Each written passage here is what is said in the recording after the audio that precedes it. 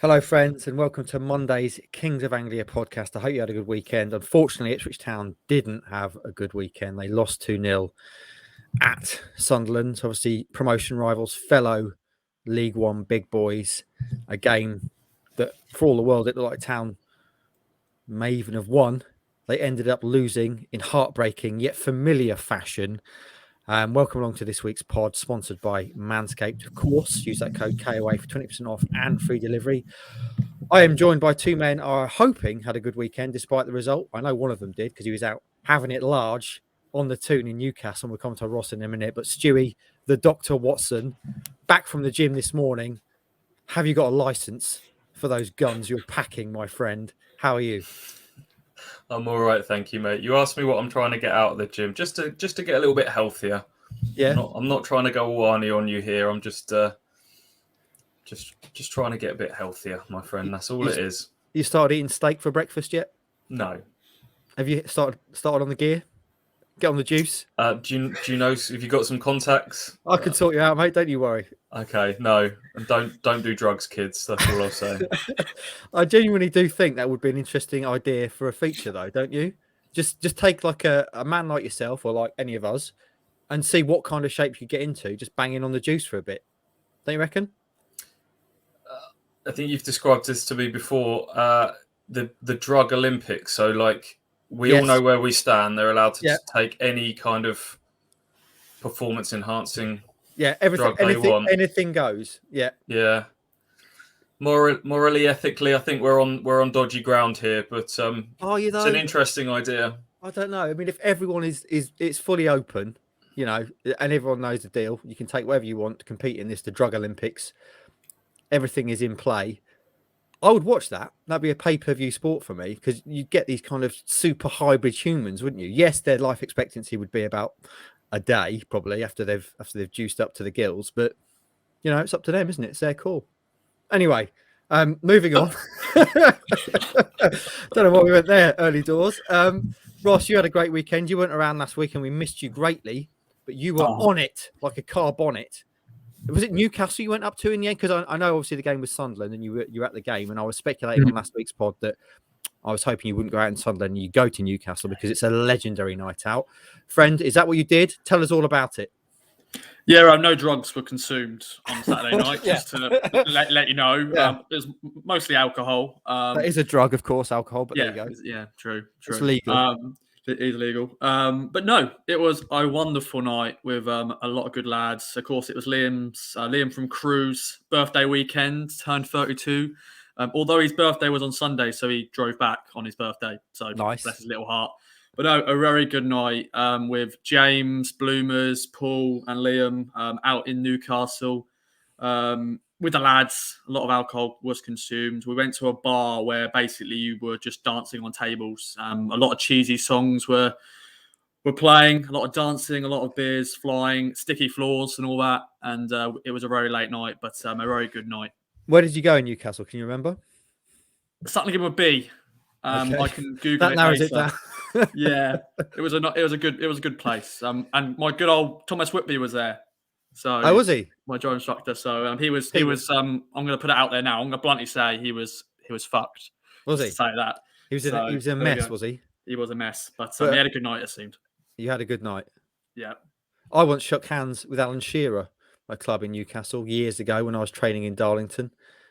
He was there and he was treated like an absolute god, as you can imagine, in Newcastle. There was no end of people around him.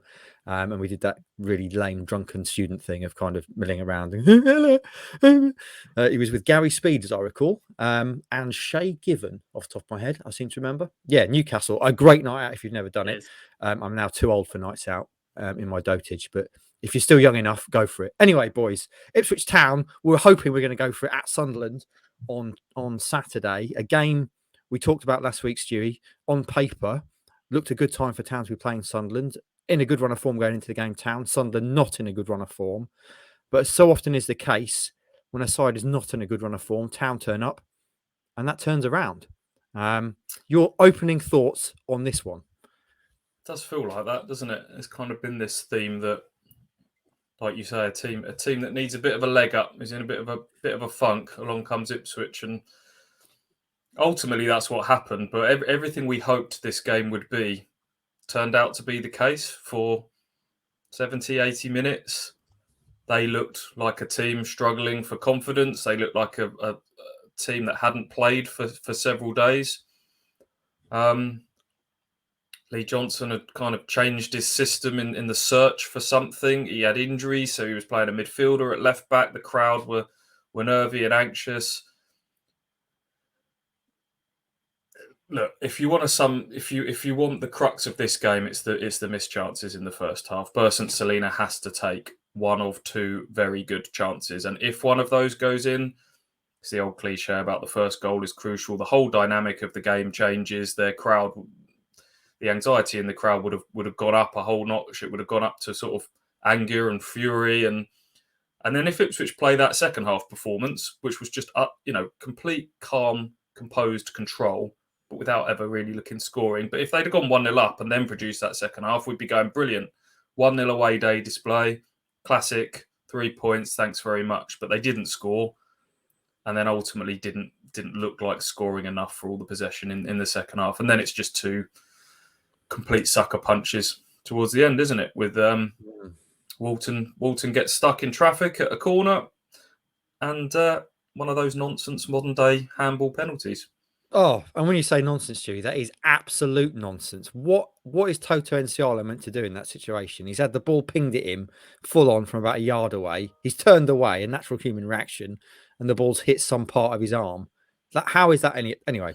In the grand scheme of things, thankfully it didn't matter. It was 2-0. That was Can you imagine if it was 0-0 at that point though? And that ends up, unbelievable. Anyway, what I've said before, I'm keen to do on this podcast is not kind of be too knee jerk and up and down with results. And clearly, Town were on a decent run of form going into the game. They've lost at Sunderland, but again, you've used a term in other podcasts, you and kind of in previous eras, Town have failed to lay a glove on the bigger sides in League One and not really been able to live with them. Here, again, continuing the trend, they've very much competed with Sunderland. Yes, they've come away and they've lost. If you look at the stats and expected goals and stuff, everything was pointing towards either at least a draw or a Town win from the game. So in terms of the feeling post-match, Stewie, should we be too down about this? Everything is framed by Ipswich Town's start to the season, isn't it? I think if they'd have come through that in just a little bit extra health, if they'd have got 2 or 3 wins on the board during that 8-game start instead of being winless, we'd be reflecting very differently on the Oxford draw and this Sunderland defeat, where you'd be going, okay, draw against Oxford, the informed side where we finished on top, fine, move on. Sunderland, lots to like. It happens. We got killed off at the end, on to the next one, but they've put pressure on themselves with the start to the season, haven't they? And every one of these missed opportunities just feels like it ramps up the pressure on the next games, doesn't it? They've got to find these points from somewhere. Instead of closing the gap on the top 6, they're now 7 points off Sunderland. I think they've played a couple of games extra than Sunderland. So there is just this nagging doubt for all the good stuff that's going on around this club. Ipswich, we haven't seen, there's no proof yet that Ipswich can go on this winning streak. And it will require a winning streak now. It can't just be sort of keep chipping away and picking them up. There will have to be a moment of really hot form. And as good as those wins at places like Portsmouth and Wickham have been, can they do it consistently? Are we going to get to this well-oiled machine stage where they start rattling out the wins? And if we're talking about well-oiled machines, there's one in town tomorrow night at Portman Road in Rotherham. Yeah, not a game that you want to be going into with pressure on you from a Town perspective, needing something from it. Obviously, we'll come on to that in due course, but a very, very tough game for Town tomorrow night. Roscoe, you were pitch side, working on your week off because you're a dedicated young man, and also you had a night out to get to in Newcastle, and it's kind of on the way. What did you make of it all? I mean, I enjoy the game day videos. I always prefer them clearly when Town have had a big win because everyone's so happy. But this one was kind of a hard watch because everyone was so down. I think the phrase "there for the taking" was used repeatedly by pretty much everyone you spoke to. So what did you make of it, and how were the fans after the game? Yeah, I was the same, really. I thought it was a missed opportunity. As Stu said, Sunderland looked disjointed. They just didn't look like a team, really. And we had that massive chance in the first half. Like, wasn't it Burnley had like 3 opportunities to score? That was an opportunity to take the lead. But yeah, it felt like a missed opportunity. They were there for the taking, but we just didn't capitalise. And they got 2 very soft goals. And it was very deflating at the end. The 3,000 whatever fans there was in that away end, of course, right up in the gods. Of course, it's not as far as Newcastle away end because that's really, really up in the gods.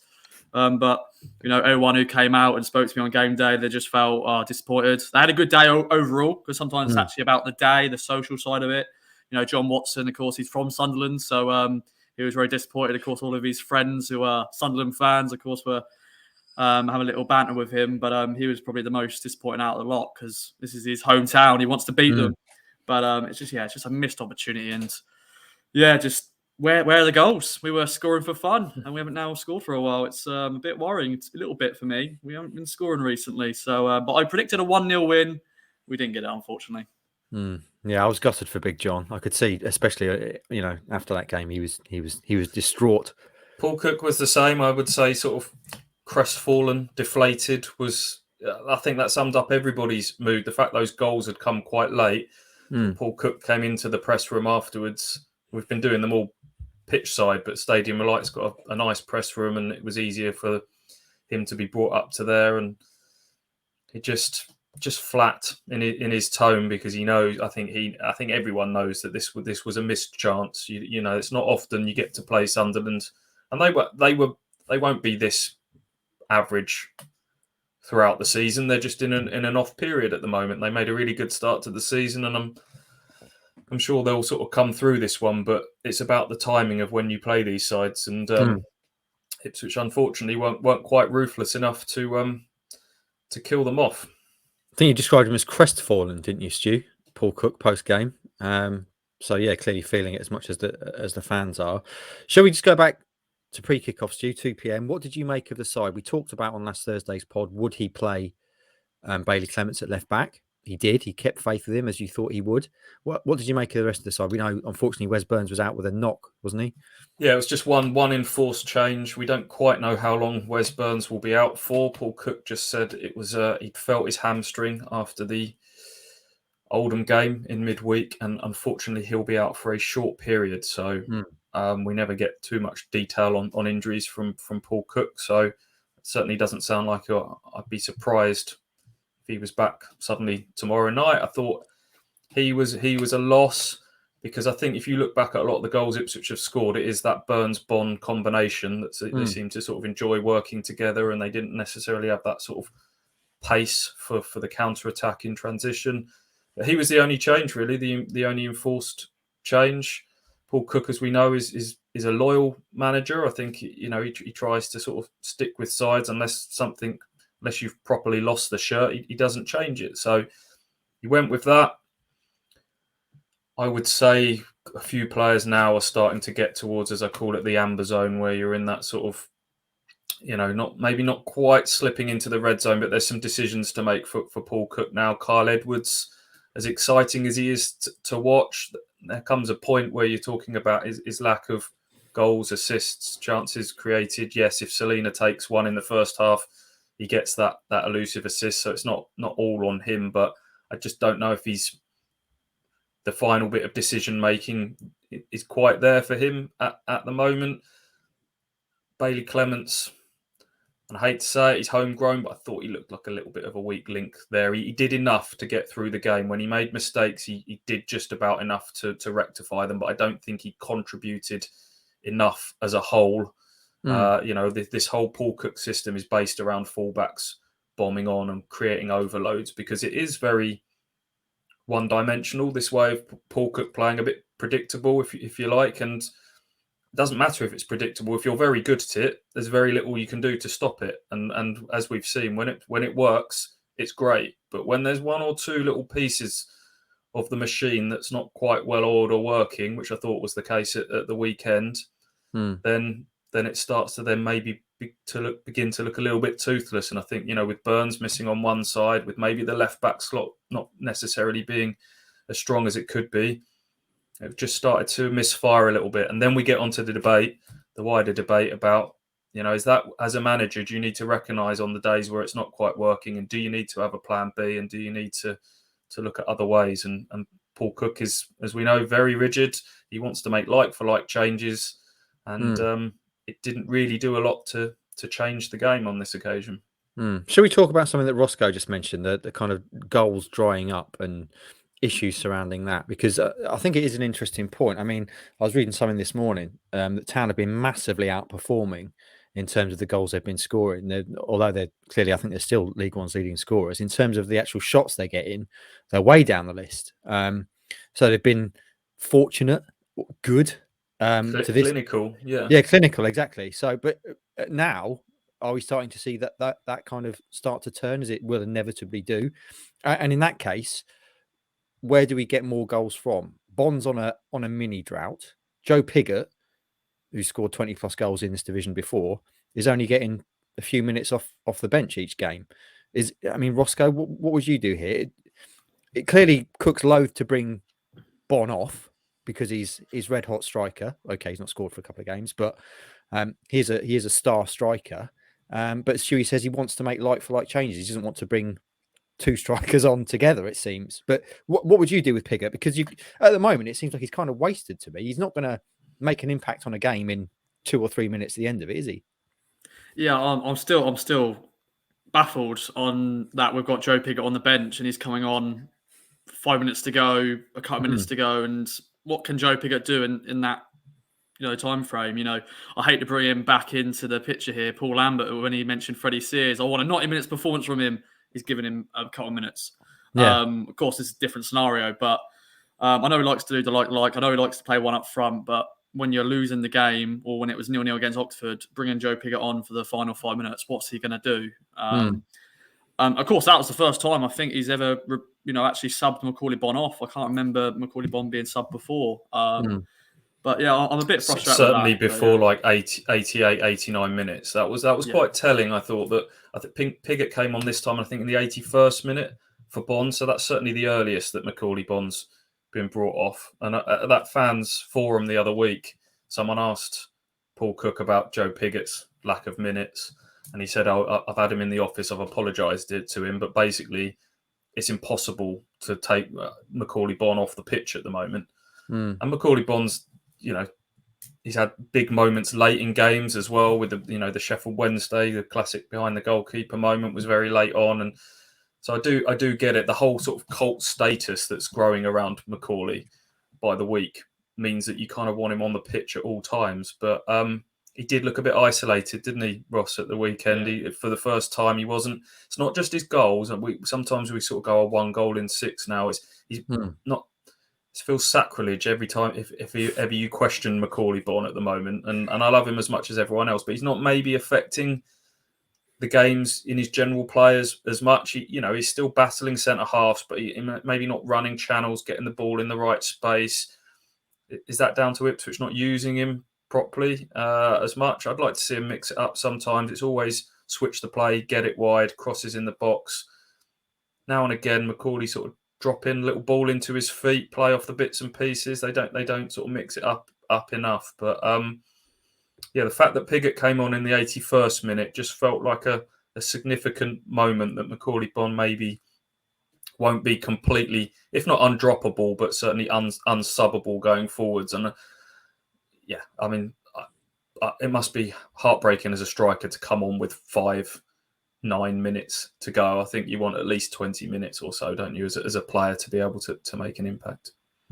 Yeah, you say there it's kind of a groundbreaking thing that he gets 9 minutes, but strikers operate in confidence, don't they? I don't know how you're meant to gain confidence in 2 minutes, 9 minutes, whatever. Is there an argument, Stu, for? There's always this kind of debate, and Terry Hunt, Northander, our columnist, put it in his column today.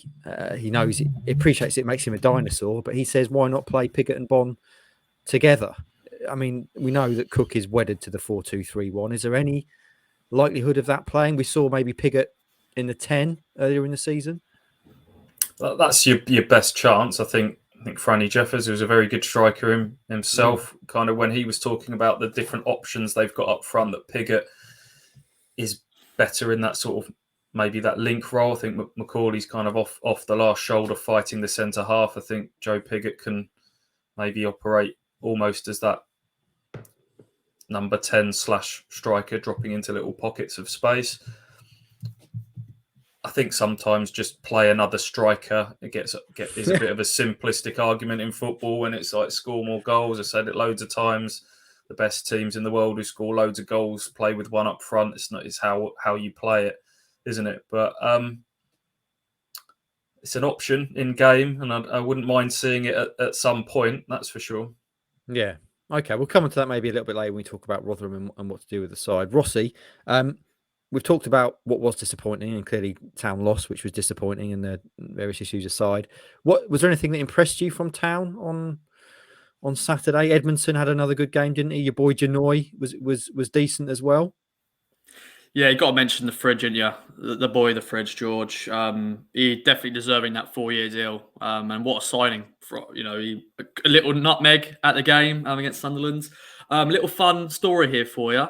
We actually bumped into George Edmondson's parents in Newcastle when we were waiting for the bus to go back to our Airbnb to get all dressed up nice and looking nice for Newcastle. But yeah, we bumped into them. They just I didn't know who they were originally, but they bumped into all of us, just sort of say, what do you think of the game, lads? And we went, that's all right. Who's your man in the match? And probably George Edmondson for us. And went, we're pleased you said that because we're George's parents. And they travel the country watching George. They go in the away end as well for every game. Wow. It's great. It's great to just have a little chat with them. They're really pleased that George is having one hell of a season with Ipswich at the moment. And a little good chat with them. So yeah. Good stuff. He was class, Mark. He's like you say, that 4-year contract. He's for me. We several weeks ago we did that sort of 19 ranking the 19 signings. I think he'd be top of that now for me because of his age, because of the length of contract. I think Andy said to me over the weekend that if Ipswich keep him for the length of that 4-year contract, then they'll be doing something very good, very well. So. That nutmeg was the highlight. Really awkward ball that kind of had his neck sort of craning over his shoulder and turned on the afterburners, won the sprint, and then nutmegged his man tight to the byline. So that was a good moment. But he headed so many balls away. He reads the game so well. Cool interceptions. He was the big plus point for me. Far be it from me to point out that I don't really know a lot, but on that bit that you just referenced, Stewie, ranking the 19, the piece that I wrote, I think I put Edmondson down in 12th, and I got Burgess up in 4th. And I remember at the time, Hutchie said, if that was me, I'd switch those around. I was like, nah, nonsense. Well, goes to show maybe Hutchie does know a bit more than me. Who knew? Boys, anything else from the game to talk about? I was also interested. I know quite a few fans after the game were saying Lee Evans was rubbish. But I was looking at the stats again this morning, and he was one of the best performing players on the pitch, stats-wise and kind of general ratings-wise. What would you say about that, Roscoe? Unimpressed with Evans? What did you make of him? He was all right. He did okay. I wasn't that impressed by him, but I wouldn't say he was the worst player on the pitch for us. I think he's just I don't know. He had that unbelievable game against Doncaster, and I think from there we'll go, here we go, we've got Evans here. But of course, Morsey's the one in that midfield that, leads the team. He goes into the tackles. Maybe just Evans isn't the player that excites people. But he didn't have a great game, but I wouldn't say he had a bad game. What do you think, Stu? Yeah, I'd concur with that. He was okay. Lee Johnson, it was fascinating listening to him after the game. He was talking about where Ipswich's control came from is how their two midfielders, Morsey and Evans, kind of roll out into pockets. They sort of split quite wide, and how that was a difficult thing for them to deal with. They were calm, they were composed, they kept the ball well. But I would as I said earlier, to see them mix it up. And Morsey in particular is capable of that sort of forward thrust. He's capable of a give and go. He's capable of a drive that carries you 10, 15 yards up the pitch. It all seemed a little bit formulaic at times, and people have sort of questioned the use of the word dominance for Ipswich because they controlled the ball, but I don't know if you can necessarily say they're dominating the game unless you're really knocking on the door. And in that second half, they never really felt like they were knocking on the door. So Yeah, that's something that I would like to see them mix up a bit. Maybe try and go sort of penetrate through the middle a little bit more. It doesn't always have to be sort of the big switch, get it wide and that sort of football. Okay, well, obviously we'll come on to Rotherham and what we do with the team for that in due course. Any other notes from the game, boys, before we move on? Because there was. Can I just call out Luke O'Nine's most pathetic piece of play acting? We cannot go, but of course it had to be him who scored what essentially was the winning goal towards the end. There was a moment down by the sort of the corner flag. He was playing left back, and Bursant, they had a little sort of a bit of a tangle. I think it was a throw in they were contesting, or certainly the ball was dead at that stage. And Selena sort of just threw out an arm as if to sort of get off me sort of gesture. Barely brushed him, and down he went, sort of holding his chest. Then he thought he better hold his face, and it was just a cynical attempt to try and get Selena sent off. Selena got booked by the end of it. No, come on. We've talked about this before on the podcast. In modern football, that's the thing I hate most is players doing that, because it just makes a nonsense of the sport. It's a contact sport, boys. Stay on your feet unless you really have to go down. And this kind of throwing yourself on the floor histrionics just makes me hate football. Anyway, it's pathetic. I've got a father-in-law who's a big rugby man, and we have that conversation every time. And it's moments like that kind of water down your argument a little bit why football's great. So come on, Luke, you're better than that, as Chris Sutton would say on 5 Live. It was not good at all. I did note though, because I noted on the your reaction bit on here that a Sunderland fan, because you mentioned that on there, didn't you, post game, and a Sunderland fan has commented to say actually Luke's got a separated shoulder and he's bravely playing with a separated shoulder. So that's why he was in such pain. All right. He barely touched him near the shoulder. I'm not having that. That wasn't. He didn't pop his shoulder out. I'm sure he is playing through the pain at the moment, but no, that wasn't good. And I didn't really see this incident, Ross. I don't know if you were at that end of the pitch, but there was Macauley Bonne talked about getting, or Paul Cook said that one of our players was clearly punched twice. And then Macauley Bonne referenced it with his interview with Andy, saying that Bailey Wright landed a couple of digs on him at one stage in the game. So I think there was a few bits going on off the ball as well. Yeah, a bit of fighting there for you, Mark. A little bit of fighting. It's not really fighting. No, not really. Yeah. No, there was they had to sort of separate them a little bit, didn't they, at one stage? Yeah. But yeah, no fists was punched in the face. But Macauley doesn't go down holding his face. He was his interview with Andy and Brenner afterwards was incredible. He's just such good value, Macauley Bonne. He called the referee rude. So I just thought he was rude. He just I said. I told the ref, if I spoke to you like this, it wouldn't be allowed. So why are you allowed to talk to me like it? He's just completely unfiltered. It's brilliant. He said everything about he'd be angry if QPR called him back at this stage of the season. He loves having a tear up with centre halves, and so yeah, I'm sure he'll be itching to get back on the goal trail Tuesday night. Maybe Rotherham is exactly the sort of game that he wants, that he can go into war and have a proper tear up, as he would say, with the centre halves. Well, without knowing, Stu, you've actually brought us on to what I want to talk about next, which is that Macauley Bonne interview, which clearly was fantastic from a town point of view, a town fan point of view. To hear him talk so passionately, or read him talk so passionately about the club and be really open in the fact that he does not want QPR to recall him. I mean, he couldn't have been more explicit about that. He doesn't want to go back and sit on the bench. And there's a reference there about wearing the town shirt and touching the badge and all that kind of stuff, and seeing pictures of him up outside the ground. He's living the dream, etc. This is what we want, isn't it, Stu? I mean, we know clearly that James Norwood is on his way out the door. He's transfer listed. Macauley Bonne, they're going to do anything they can, aren't they, to bring him to Portman Road full time in January? I wonder if there's some discussions already taking place. There's a little glint in people's eye when you talk about this situation. It's a bit of we'll talk about this when it's appropriate, but I'm sure there's conversations. And as I said several weeks ago, I just can't see how this doesn't get done, whether it's January, whether it's the summer. he just wants to be here so much. Ipswich want him to be here so much. The only thing that could throw a spanner in the works is QPR getting a few injuries and the goals drying up for them. But I think common sense will prevail, and it will get done at some stage. It has to.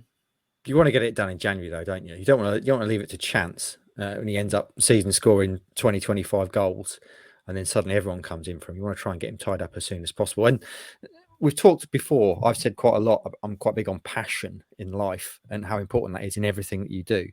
Macauley Bonne has passion for Ipswich Town Football Club. The owners finally have passion, or at least are showing visible passion compared to what we're used to with Marcus Evans and Paul Cook himself. You've often referred to him, Stewie, as a manager who kind of talks like a fan, and he has passion. There's passion all over the place, and Macauley Bonne would bring that passion for Ipswich Town and have that connection as well with the fans. You know, that's what we want at Ipswich Town. So fingers crossed, they should be driving a boatload of money up. That, what is it, $750 million they've got in that?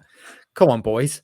I don't know who has the upper hand in these negotiations, because QPR are sort of going to be going, well, clearly you desperately want him. Show me the money. But then Ipswich will be saying, well, they might be they as much as there's money at Ipswich Town, these are smart businessmen that aren't going to pay over the odds, and they'll be saying, well, you either take this or you have him back, and you're going to have an unhappy player on your hands, clearly. So I'm sure there'll be a little bit of cat and mouse brinksmanship going on. That's probably been going on for several weeks, and then eventually they'll meet in the middle. And as I say, I just can't see how I might be wrong. Just can't see how this doesn't ultimately get done. Get the boy Ashton in there; he'll sort it out. Get those testicles on the Portman Road boardroom table, as we know. He's the man for it. Speaking of testicles, just a reminder to support our sponsor, Manscaped.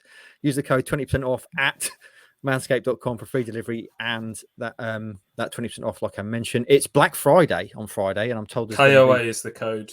Sorry, what did I say? You said use the code 20% off. Use the code KOA. Unbelievable. Shambles, Heath. Use the code KOA at manscaped.com for 20% off and free delivery. It's because I say it like a robot now, Stuart. It kind of comes out my mouth and I don't even listen to what I'm saying now. I just go into promo mode. Black Friday. Look out for all the good offers on manscaped.com. Right then, moving on. Ipswich Town men's team didn't win this weekend against a big promotion rival. But, Roscoe, Ipswich Town women, they don't let us down. And boy, did they not let us down at Southampton, the only other team really capable of hanging with them, it would seem, so far this season.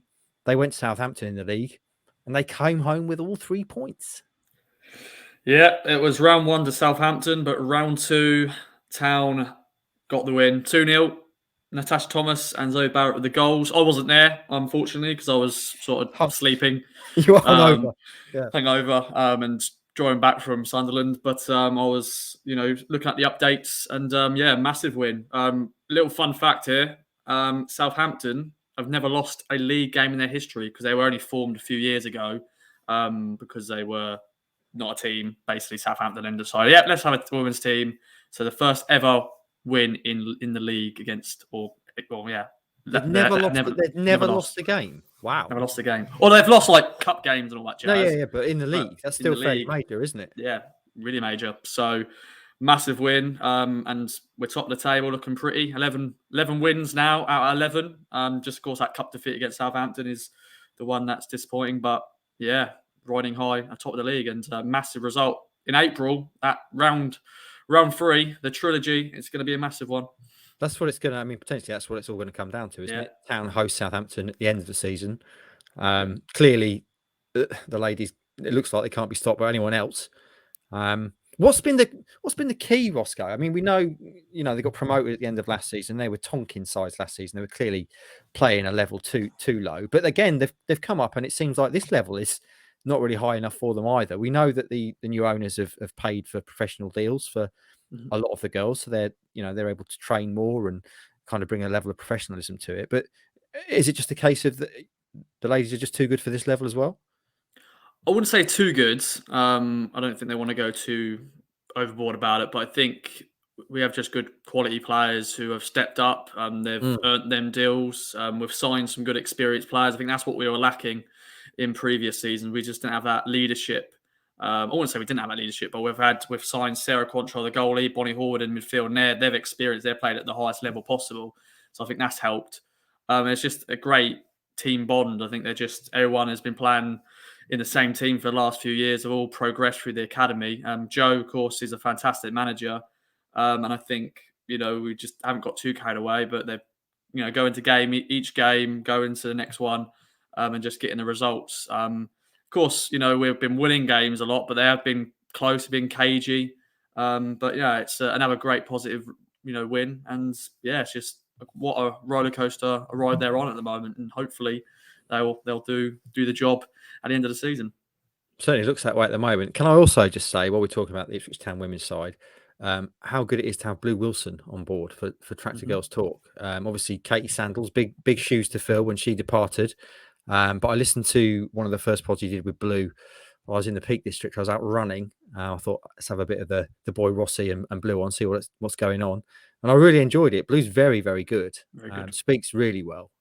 So a major signing, Roscoe. A coup for you. Are you recording a Tractor Girls Talk to reflect on this big win later on this week?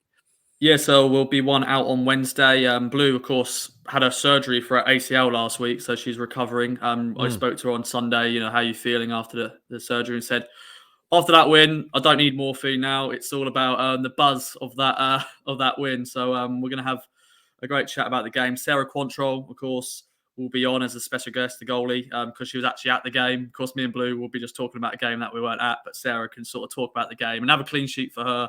So yeah, look out for that on Wednesday at some point. I think Blue probably would still need morphine, regardless of how buzzing she was. Yeah, true. Yeah. Just that little moment when she saw the 4-time result. It was like, oh, yes. Not to be tested, yeah.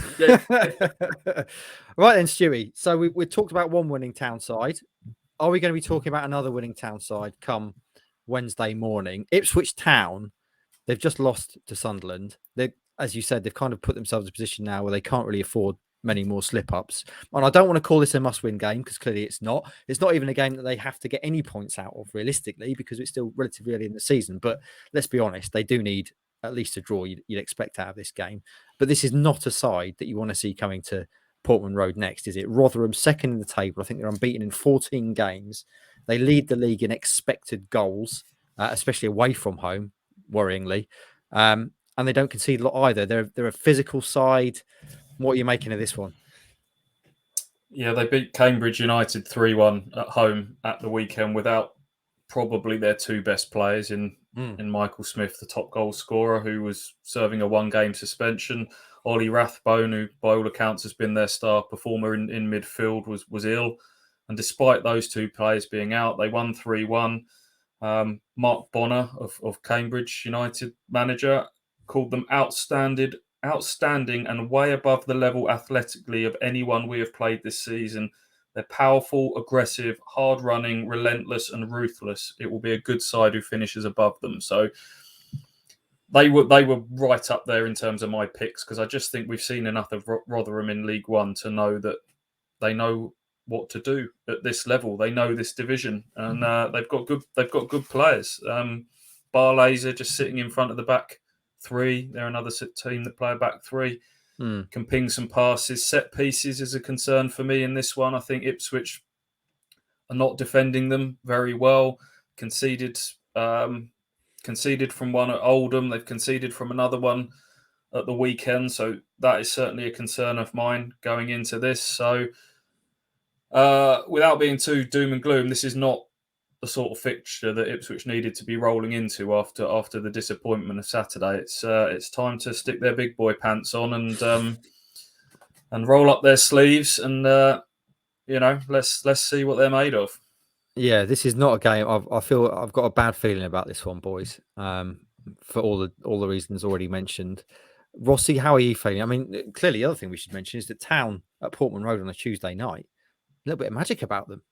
So who knows? How are you feeling about this one going into it? We'll talk about the team in a minute.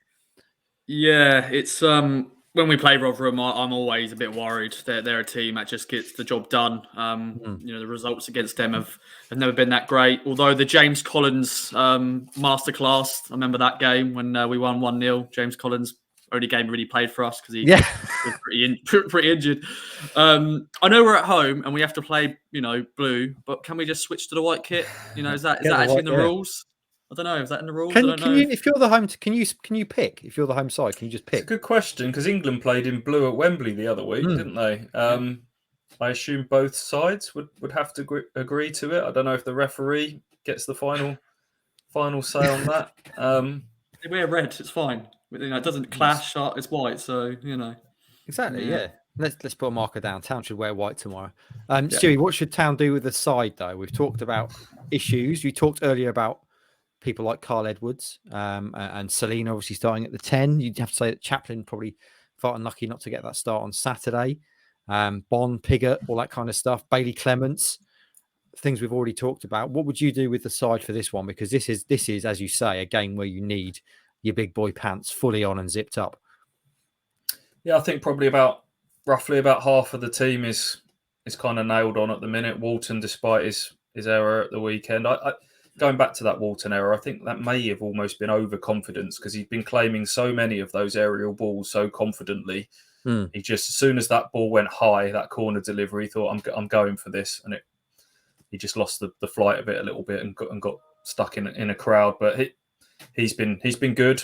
So he carries on in goal. Edmondson, as we've discussed, Donatian has to play. Morsey as captain. Bonne, despite what we've said about him, has to start still. And then around that, there starts to be a few question marks.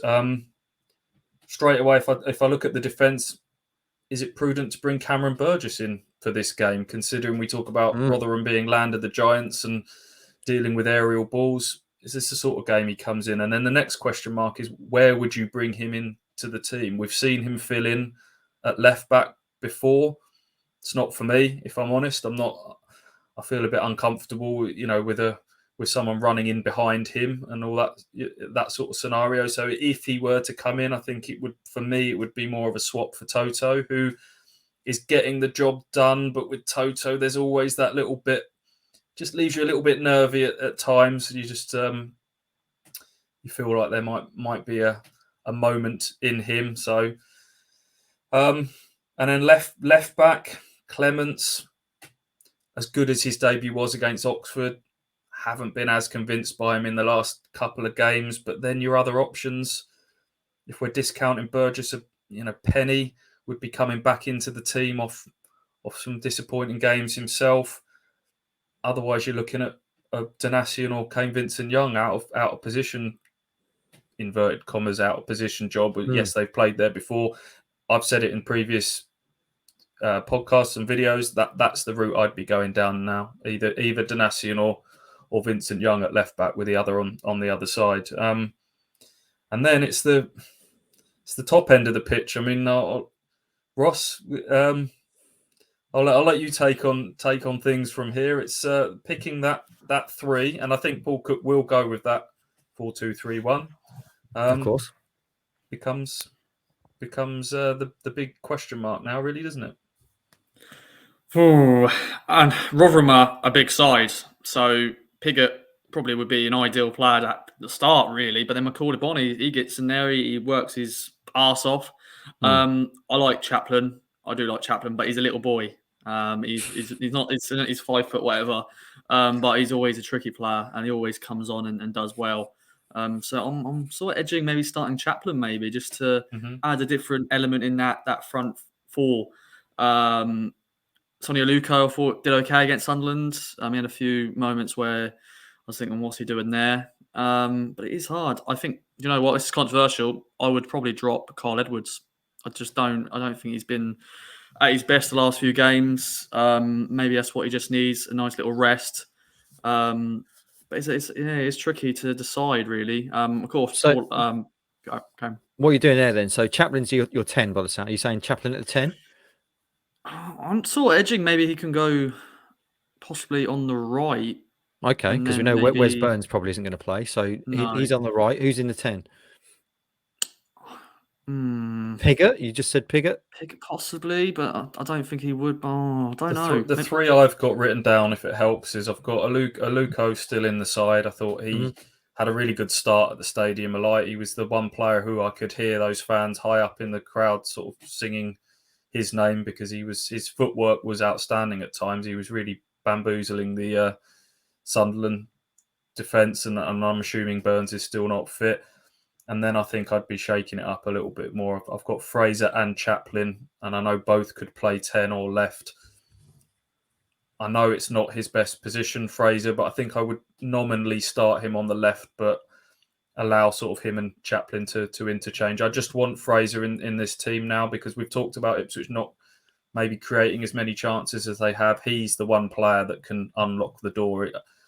When he came on, he played some really cute little reverse passes, and is the sort of player that can. I think if Rotherham have got a weakness, it's on the counter attack, and it's when they commit men forward. And I think if you can then get the ball to someone like Scott Fraser, he can. Would you drop Fraser? Would you drop Fraser down? Play him alongside Morsey. He did well, didn't he, the other week? That would be the other question mark, isn't it? We talked about Evans earlier on. And he went down at the halftime whistle. He went down like a sack of spuds, holding what looked to be his ribs, and there was a good couple of minutes of treatment for him. And I was surprised to see him come out for the start of the second half, to be honest. So he's clearly taken some sort of bang or knock. So there may be a question mark there. And like you say, if that gives you you could put Fraser a little bit deeper into the two, which gives you then the option to play Selina or Edwards on the left still. So there's options. We keep talking about so many options in attack, but not quite getting the right combinations at the moment. And a third of the way into the season, you'd think that we'd be sort of knowing what the first choice three is, and we don't seem to be any nearer towards that at the moment. Well, I'm going to put you both on the spot then. I want to know your teams. If you were in charge of Ipswich Town tomorrow, what would your team be? Stewie? I've got written down Walton, Danassian, Edmondson, Burgess, KVY at left back. I know that's changing a couple of players in a back four that's not been conceding loads of goals, but it's Rotherham. Morsey, Evans, still go with those two. And then I've got Aluko, Chaplin, Fraser, and Bonne. I have got an alternative formation team written down here, and I don't think it will happen. Lee Johnson of Sunderland was asked, did he consider changing his system at the weekend? Because he ended up playing a midfielder at left back in 2009. And he just said, I thought about it long and hard, but realistically, it takes several weeks to work on switching to a back three, because there's different pressing patterns, I think he was talking about, and people don't realise that you can't just suddenly.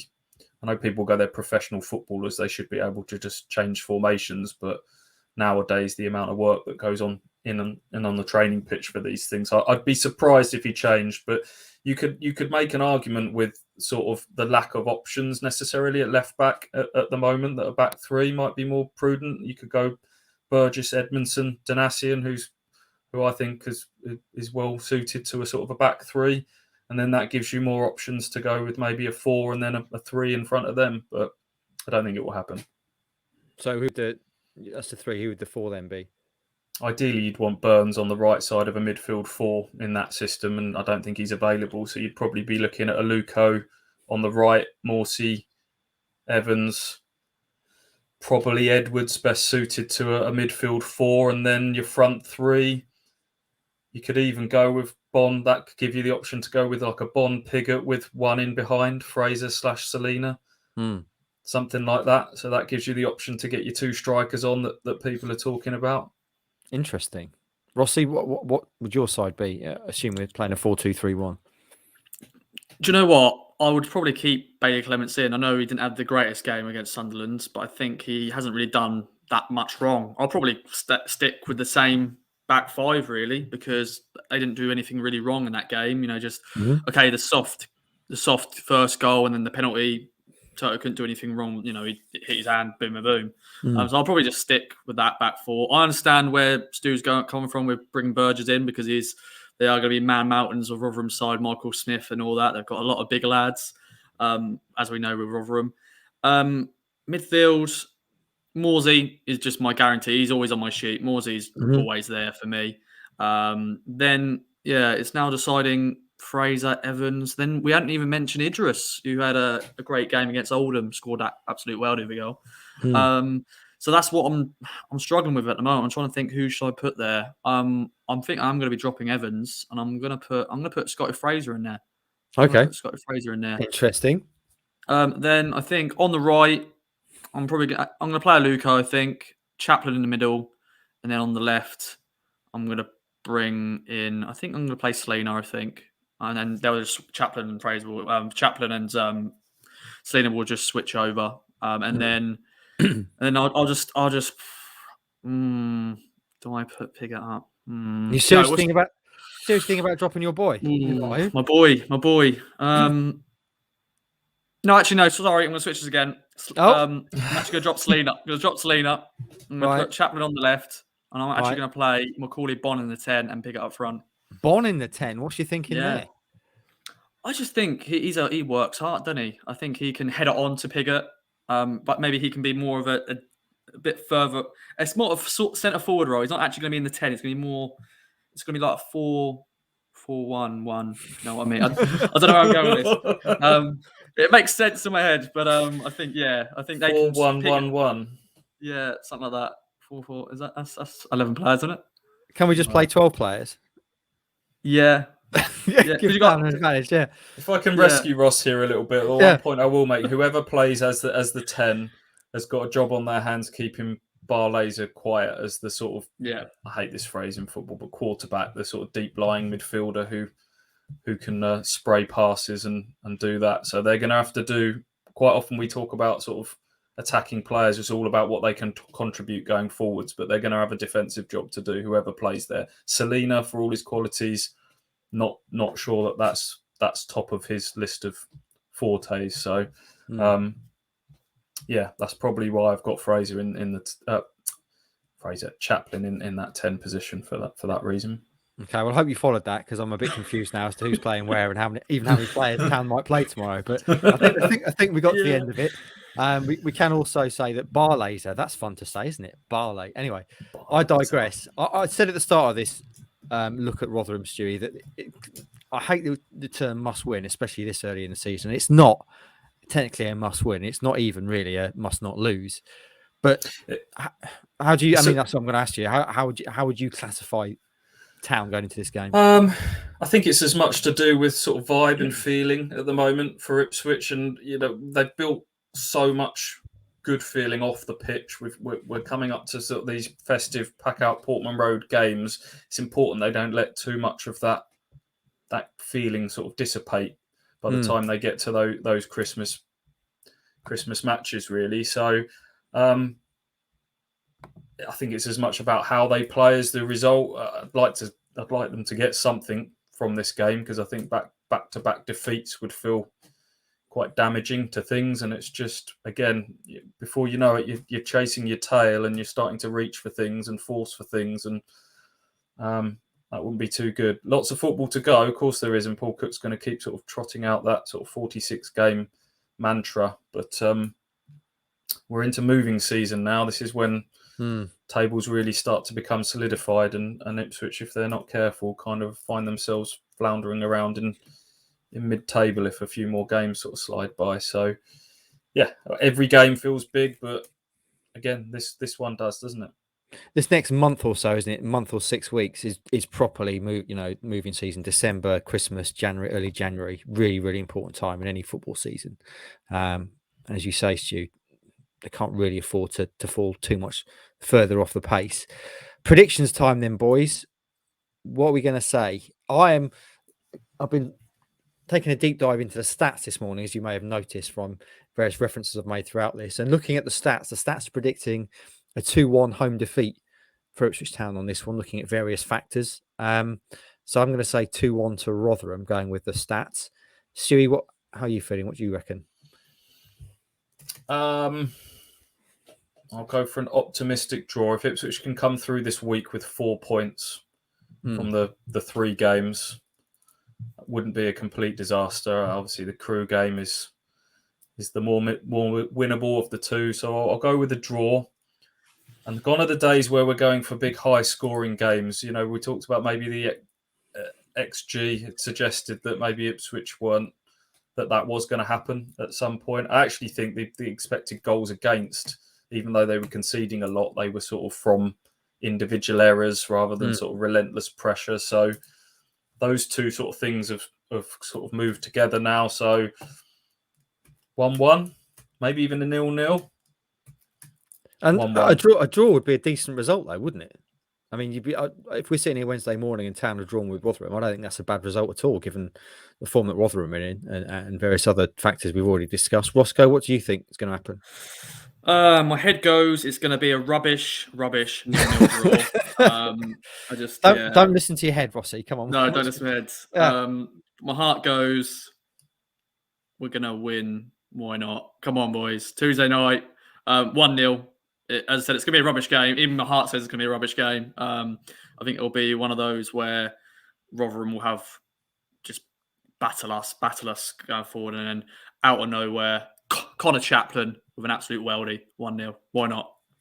That'd be tremendous. If Town do win again on Tuesday night, I think we should start a petition to get all Town games moved to Tuesday. Stu, you're the man with the sort of power who can pull this off. Have a chat with the EFL, see what we can do. Because they do seem to be a bit tasty on Tuesday night. So, well, that's another reason for needing some cup runs. FA Cup runs might need to get a few more games rearranged to Tuesday nights as well. Okay, maybe that's where the power lies. Just playing under the lights. Keep playing Tuesdays, boys. So I've said a 2-1 loss. Stu said a 1-1 draw, and Roscoe has said an optimistic 1-0 win. So we will see. Whatever happens, it's going to be a really, really tough game, and a game we're going to learn a lot more about Town again, I think. Boys, anything else to discuss this week? Any other business? We're coming up almost to a perfect hour, which is the key time, the aim time for a podcast. Anything else to mention, Stewie? If any of the Ipswich fans who were at the Stadium of Light on Saturday happened to spot a man arriving on an electric scooter wearing a helmet, and that man may well have been Andrew Warren. What? If you have a look back at your pictures, if anyone's got a picture of him sort of in the background, I would quite like to see that. How have you not brought this up already? Why did we not start the show with this? We did our own. So we went up on Friday for a change, and then Saturday morning we went off to sort of do our own thing for a few hours. And Andy sent me a little picture of himself hiring one of those Boris Bike style e-scooters. So you went off and did your own thing, and Hutchie went, "I'm going to go and hire a scooter." That's why I love Hutchie. He's very eclectic. Very yeah. What did you do in your own time, Stu, if you weren't hiring a scooter? I went off to, I don't know if you remember me mentioning this before, I went off to collect sea glass. Of course. At Seaham, just a few miles down the road. So I had a nice therapeutic few hours on a nice sunny, are we still in autumnal day? I think it still counts as autumn, although it's getting very cold now. Did you get a good haul of not too bad. Glass? What's it called? Beach glass? Sea glass. Sea glass, not to be confused with dragon glass, of course, or dragon glass, as I would say, from Game of Thrones. Roscoe, anything else to mention? How are you? What's going on? You still got your meal preps going on? What's happening? Yeah, got my meal preps just before we came on the pod, so I'm gonna eat that for lunch, I think. I want to give a shout out to Sunderland's food. I thought it was not bad. Little setup they've got there. We've had food, we've been there before, but yeah, it was nice. It was chicken curry or something. It was chicken anyway. Don't know what it was really, but chicken something and rice and like a black bean sauce. Yeah, it was nice. Yeah, it was nice. Yeah, outstanding. I just want to add another TV recommendation into the mix. I know people like them. On the back of my extraordinary extensions with Tiny Temper and Baking Impossible, I watched for about the third time over the weekend. It's now rocked up on Netflix, and if you haven't seen it, do watch it because it's one of the best sporting documentaries I've seen for a long time. It's called I Believe in Miracles, and it's the story of Brian Clough's time at Nottingham Forest. Brian Clough, for me, the greatest manager who has ever lived and will ever live. And that is an extraordinary story of what he did at Nottingham Forest, given what happened at Leeds beforehand. It's a really, really, really, really good watch. And if you're not familiar with Brian Clough and why he's so great, watch that. Roscoe, you had your hand up. Do you need a wee? No. I thought another recommendation. It's on Prime Video, a documentary on Nicola Adams, the boxer. really good about her story and, the story of female boxing in general. And it was just, it was really good watch last night. I love a good documentary. The best ones as well, about things that you wouldn't normally be interested in, but you kind of connect to the story. The what they call 30 for 30 ESPN documentaries are great for that. So again, if you see any of those generally and you think, I'm not really interested in that sport, always give them a watch because the stories are fantastic. Anyway, hopefully another brilliant story will be written at Portman Road tomorrow night, and it'll have Ipswich Town winning in the intro when Andy writes it tomorrow night at Portman Road. Friends, we've come up to an hour. We hope you have enjoyed this pod. We've cheered you up a little bit after the letdown of the weekend, and we go again. Rotherham at home tomorrow night. Another opportunity for Town to sparkle under those Tuesday night lights. Have a great start to the week. Enjoy the rest of it, and we'll be back later on in the week to speak to you again.